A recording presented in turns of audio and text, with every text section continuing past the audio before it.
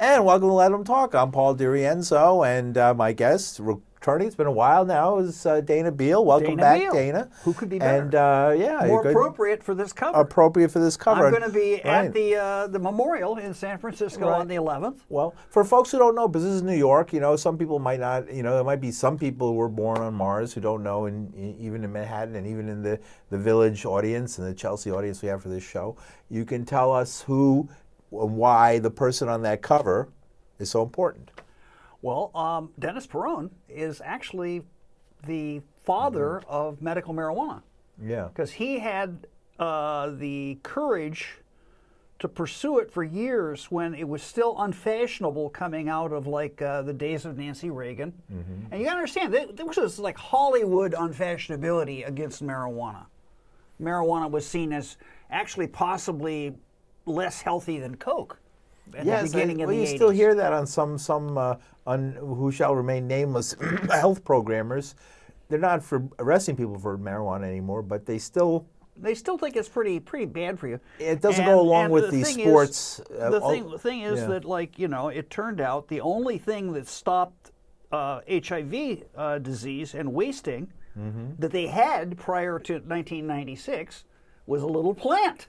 And it's a mechanical effect of the plant, Paul. It's not you're in your head giving you munchies. No, it's stopping the inflammation so that your body is really hungry because it hasn't been able to eat, and all of a sudden you have this roaring appetite. So it helped people who live for years who had might have HIV, died. AIDS. They could. And the thing is that the New York was one epicenter, San Francisco another of the epidemic, and in San Francisco. So you don't think it was people dying? They were fortunate to have this man, Dennis Peron, and Brownie Mary with the Brownies. Yeah. And they had thousands of people who availed themselves of the marijuana buyers club that they set up there. And they fought the authorities. I remember right up until 1996, they were being raided by Dan Lundgren. Right? That's what this story is about in this magazine. Right. Right. This is 1998. I was editor-in-chief of High Times magazine, and I had gone to San Francisco to research the story, and I arrived the day they were evicted by Dan Lundgren. Yeah.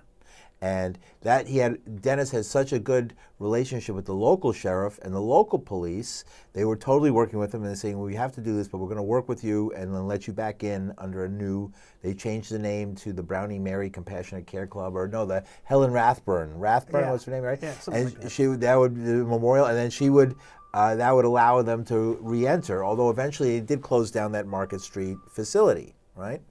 And I remember this beautiful club they had. I loved it so much. It was on Market Street, downtown San Francisco. It was four floors. Right. You came in, you had to have a membership card in those days. Yeah, well, I was supplying pot to that. All right. And you would go in there, and they were on the top floor, they were growing it. Yeah. They were growing it on the top floor. And they had a farm in Lake County, a couple hours north of San Francisco, up in the mountains. There was this beautiful ranch.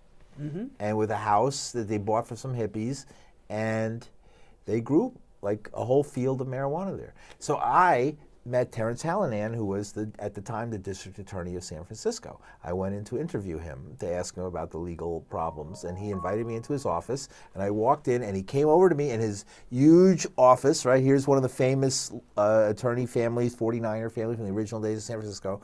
He comes in, grabs my hand, looks me in the eye, and says, Paul, you and any friend of Dennis Peron's can walk the street smoking marijuana in the city of San Francisco, and you will never be arrested. I never had a district attorney say that to me. Yeah. And he had a couple of his assistants there, and they were all smiling and laughing, and he said, this is true. We know your name, we know. This is the first time the police and the authorities told me they knew my name and something good was going to come out of it. Yeah, right. So this is the beginning of the big change. Yeah. Basically it really happened because Dennis had the foresight to write a very simple initiative. Yeah. And the key concept was that instead of being prescribed it like a medicine, you were recommended it like a vitamin.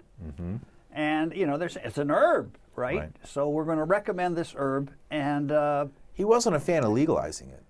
Well, he understood that you would have problems, as they're having some problems with the legal form, the version of legalization that they got in California. But we're thinking of going out and reopening the Big Top Pot Supermarket, which was Dennis's original supermarket before AIDS. We had 6,000 patients in 1978. He's just a very popular guy. When Harvey Milk was the Harvey Milk was first the gay patron elected saint of the club. Right. And he the first openly gay was shot.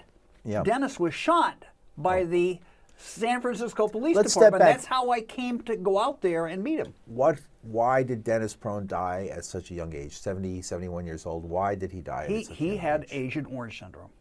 How did he get Agent Orange syndrome? Got sprayed with Agent Orange in Vietnam.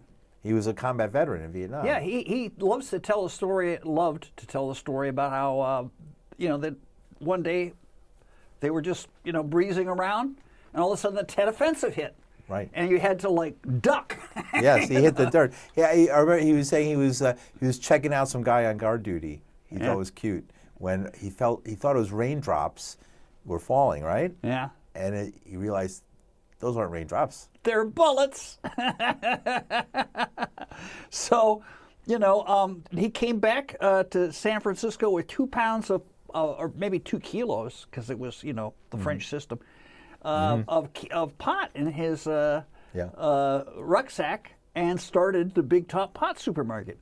So we were thinking, that because Dennis was shot, he was selling. They came in. His brothers should. The police came in. Should inherit. Yeah. The liability that's owed to Dennis, and they're actually thinking of incorporating me because of my checkered past as a prisoner, medical marijuana prisoner. Right. And now they're legalizing it in the business, because I personify the people who spent time in prison. In my case, you for spent medical marijuana. what, about 3 years total? Huh? You spent about 3 years almost. Well, yeah, 2 years, and then there was 9 months before that where they fed me milk every morning and eventually killed me with milk. Oh, right, almost. But you came back to life, fortunately. Yeah, well, I was revived. Right. But did you see a light? No, because Arlene said she didn't see a light either. I was frozen. Yeah. Okay. Right, and if you have the induced coma, you can't make memories of what happened. Okay. Because it's too cold for the calcium to work. Oh, I see, in your brain. Yeah, your brain is making little pictures all the time, and it's embedded in calcium. Right. So Dennis Peron, let's finish. I just want to finish. Dennis Peron was was basically a Big Top Pot shop. He was raided by the police and was in jail when the White Night happened, which was the huge uprising in San Francisco. No, he missed. I don't think he missed the White Night. I think what he missed was the actual assassination. He was out when he missed when Harvey Milk and Mayor Moscone were assassinated by Dan White, a former police officer who, from the movie, and which your brother was the art director and was on the show with Gilbert talking about it a few years ago.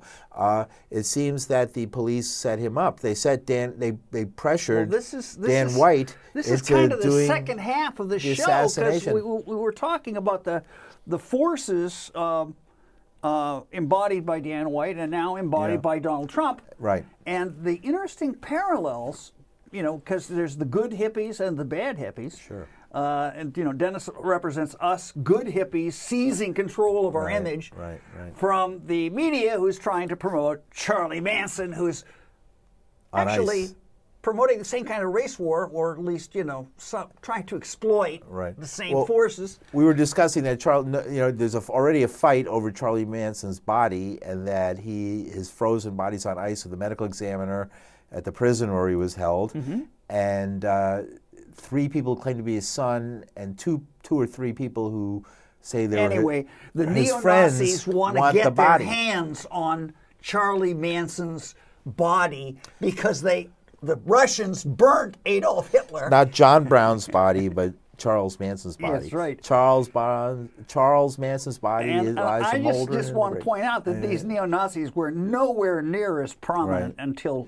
Donald Trump. So you're saying that's their representative who both passed away. One, Dennis Peron, who represents the good hippies, and then on the other side is Charlie Manson, who never was a hippie. No, he was promoted by the media as a hippie. As a hippie figure. He said But the people, people like Paul Krasner were terrified of him. Yeah, absolutely. As you said, he was a scary guy. In that documentary about him, they asked him, and he said, "Not only was I no hippie, I was a '50s greaser who just happened to have long hair." Yeah.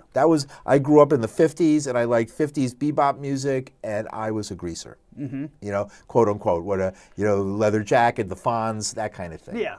That was more his So style. anyway, the of course all those, hippies, greasers, punks, they're all like fucking iterations of youth culture. But, Sha-na-na, right? Yeah, but the interesting thing is that nobody until this program is pointing out the extreme parallels of views between our president and Charlie Manson.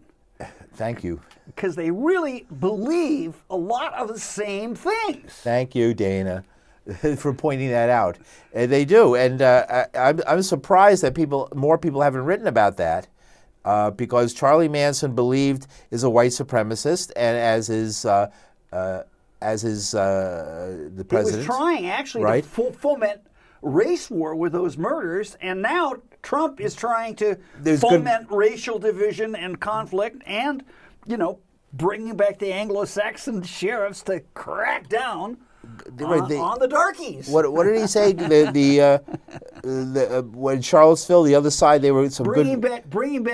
There's some good folks on that side. Bringing back like massive incarceration. They want to like do a U-turn. Sure. Militarization of the police. Militarization of the police. You have Sessions who wants to although marijuana is now legal, 20% of the citizens of the United States live in states where it's legal for adult use. Paul Stanford. In California, Oregon, Washington, Nevada, Colorado, Alaska, it's legal. Hawaii, Maine, it's legal. Vermont just legalized. Vermont just legalized, and that was the first one, Vermont, to do it by actual vote of the state legislature. They actually legalized home growing. See, this is like completely anathema. We have like that, like Washington, really, D.C. really anal, like fucking retentive vape law in New York State.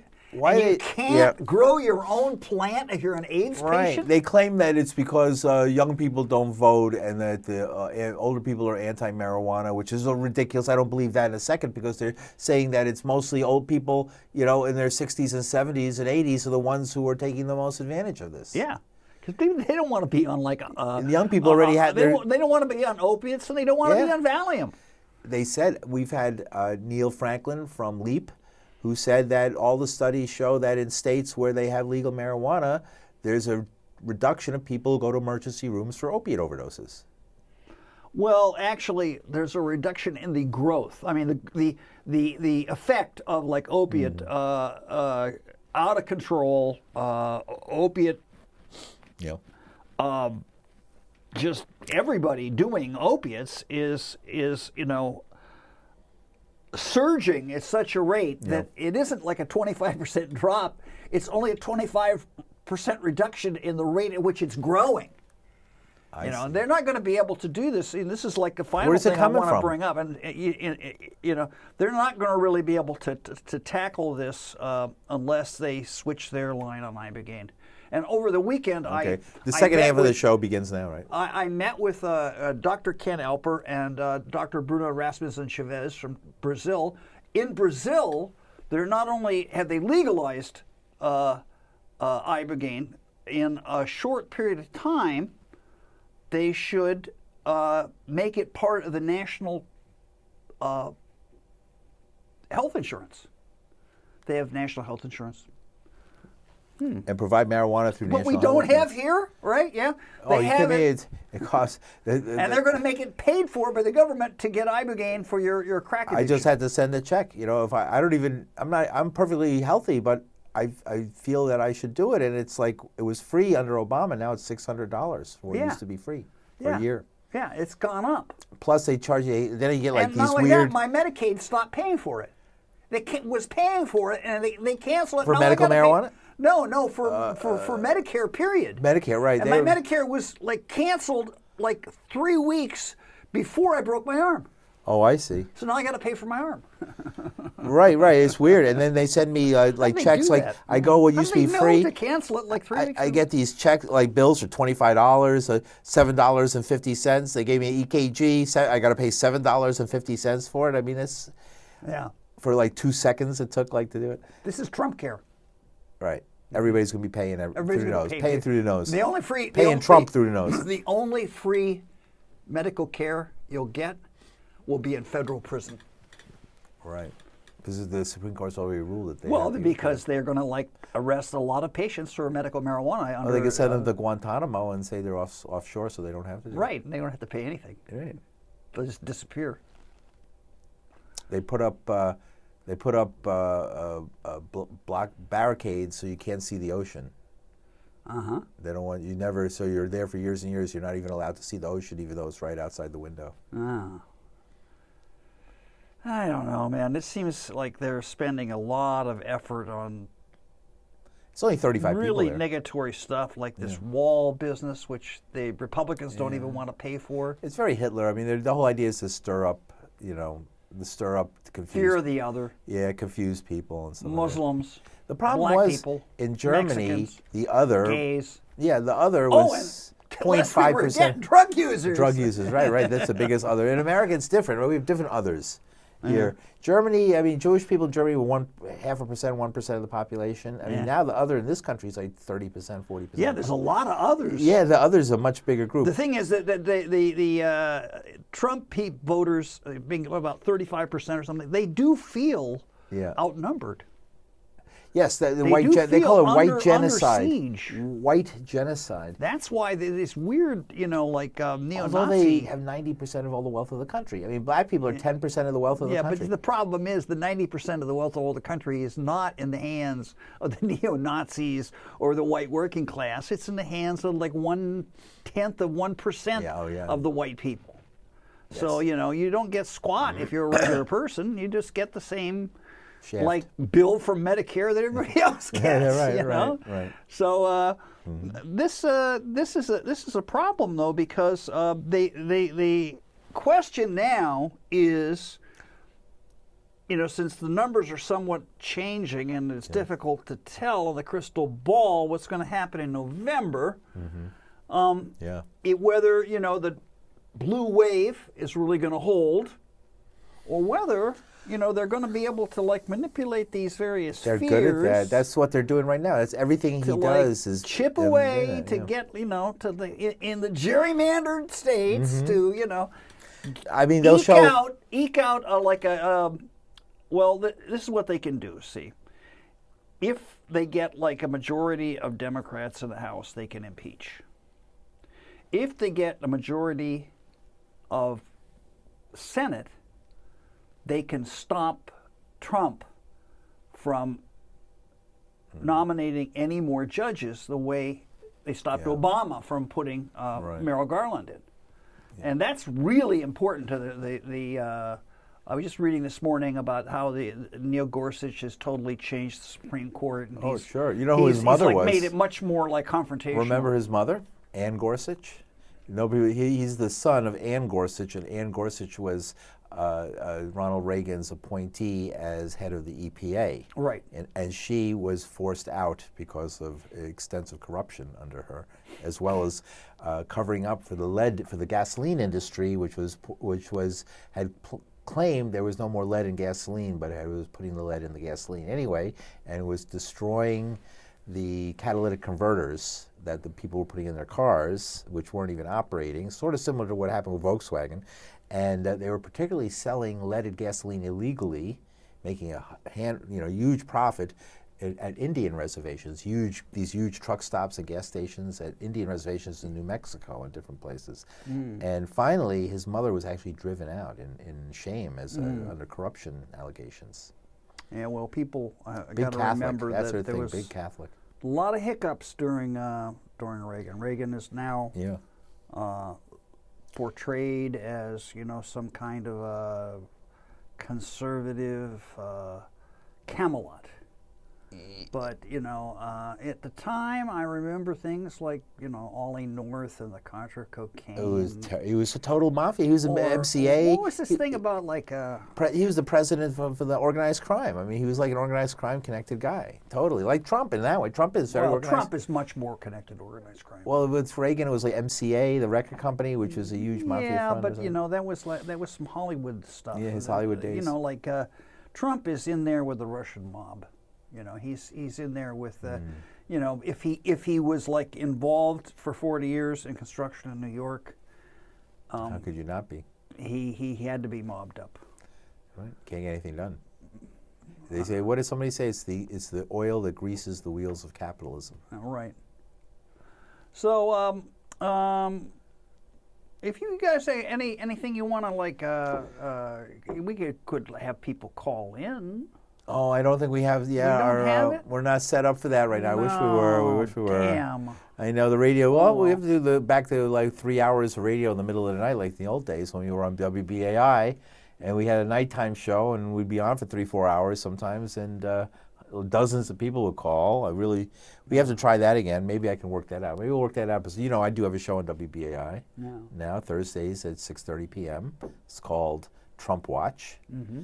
And I also have a show. It's an hour-long show, but it's pre-recorded, not live, unfortunately, on the Progressive Radio Network, prn.fm. That's every Sunday at 1 p.m. Mm-hmm. So we're all over the place.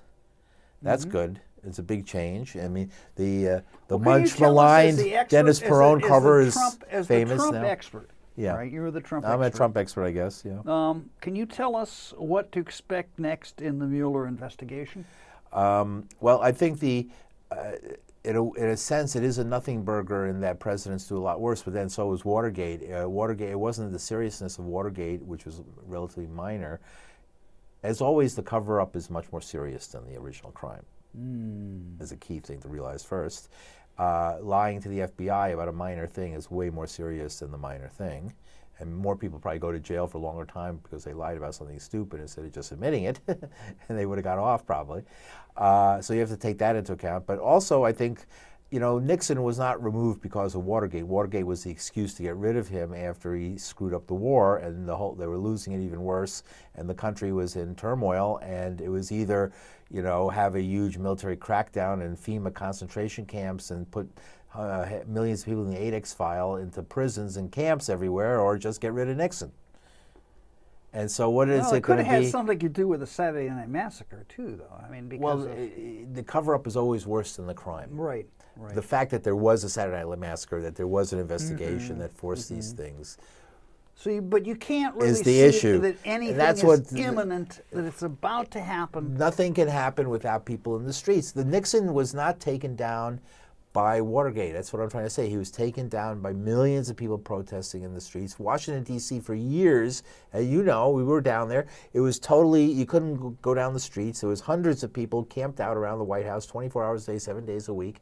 Nixon was going crazy alone from the constant chanting and protesting going on. The city, they had to decide, are they going to put all the protesters in jail? Which they had plenty of plans to do that, the Houston plan and everything like that. Or are they going to just get rid of Nixon? It was easier to get rid of Nixon. What you're saying, right. There isn't enough protest now? Not enough protest to get rid of Trump. To make it impossible. You'd think that if you get like somebody who is a new generation. It's a new generation, Dana. Who's a